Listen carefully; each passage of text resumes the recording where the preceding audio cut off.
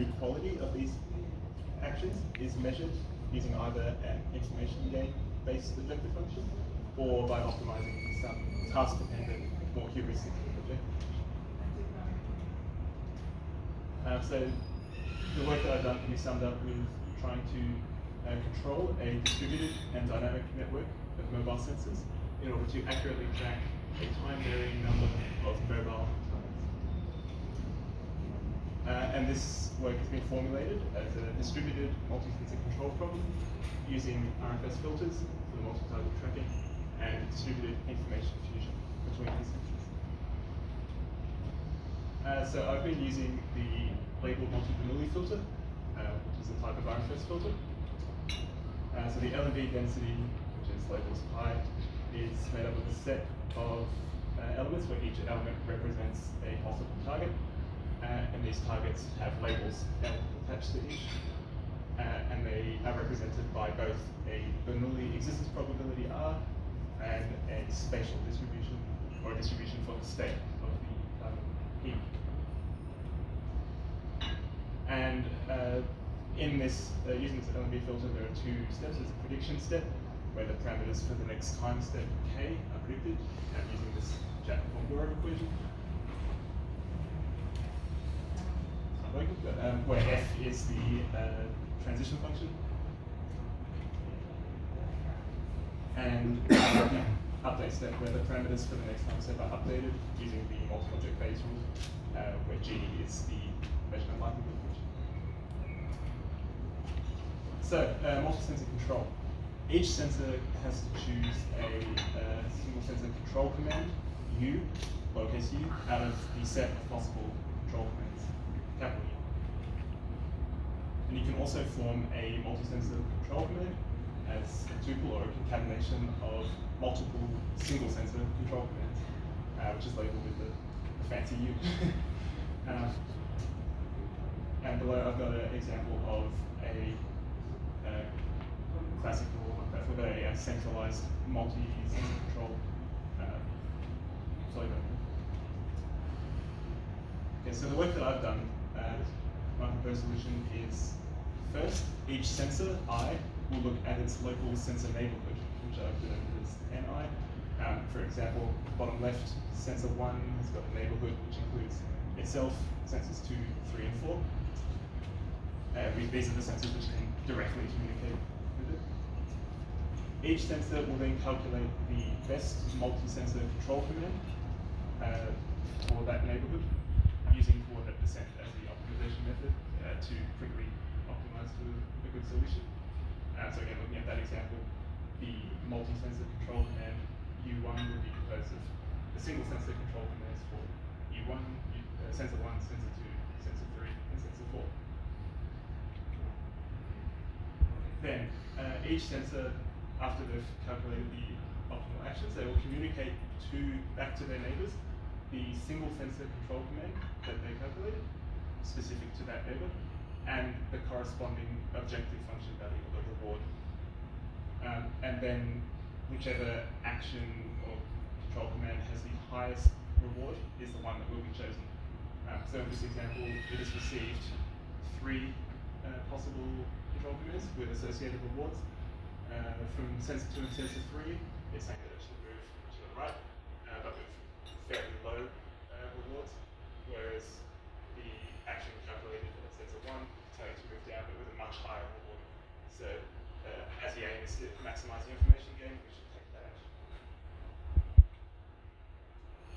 So coordinate descent, what we already know, it's an optimization method similar to gradient descent, except that only a single parameter is optimized at a time. The rest is kept fixed.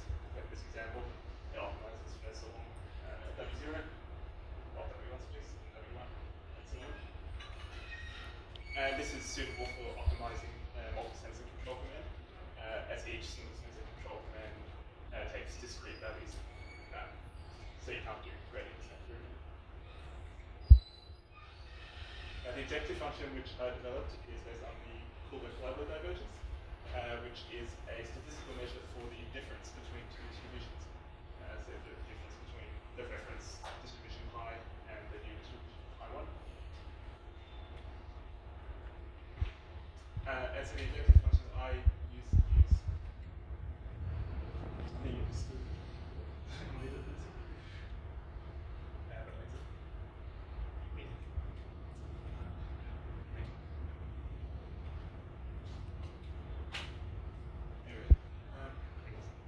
So the objective function I use is trying to find the action U, which maximizes the Pullock-Glover divergence between the predicted density, that sensor I, and the fusion between the pseudo-updated densities of all of the neighborhood sensors. Now, because coordinate descent, only a single variable is updated at a time, so it selects one sensor N, which is a member of the neighborhood, and it will find the best action U for that, while keeping the others fixed. And so this will repeat until we'll cycle through each sensor in the neighborhood, and then that will repeat multiple times until convergence is reached. So to test out my idea, I developed a simulated scenario where I have 10 sensors, the circles, tracking 10 targets. And each sensor has a limited communication range and a limited field of view. So it's restricted to 90 degrees and with a maximum detection range of 1,000 meters. Some more information about the scenario. I use the distributed complementary fusion method, which some colleagues developed, and there'll be a talk tomorrow morning going further to that. There are three possible actions which the sensors can take: remaining stationary, rotating 22.5 degrees clockwise, and rotating 22.5 degrees anti-clockwise. The tracking accuracy is measured using the oscillate distance, which is composed of both localization and cardinality errors. And I used a particle filter approximation for the MOD distance. Okay, so these results. I tested several different methods. The top left is represented by I.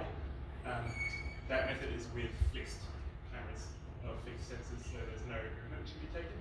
On the left is the cardinality plot, the solid line being the ground truth and the points being the estimates. You can see that it doesn't perform particularly well. It tends to underestimate the number of sensors, the number of targets.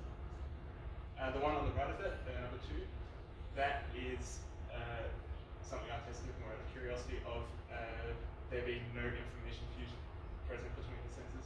And as you can imagine, that performs quite poorly because with restricted field of view and no information fusion, a single sensor just can't observe all of the targets. And number 3, the bottom left, this uses information fusion, but the control method of each sensor, the control is independent. It doesn't do that fusion of the neighborhood. It just looks at its own actions. And that performs a little bit better than the stationary fixed sensors, but again, there's still some underestimation. And number 4, bottom right, that is my proposed method using the coordinate descent on the neighborhood sensors, and performs the best out of them. Not perfectly, but as still quite good. Here's another chart showing the oscillator distance and broken up into the localization and cardinality components, where you can see that the bottom, the multi-sensor control method performs the best, has the lowest oscillator error. So just to conclude, the sensor control algorithm for a distributed and dynamic sensor network using RFS-based multi-time tokens is being developed, but there's still more work to be done, such as making computationally cheaper methods.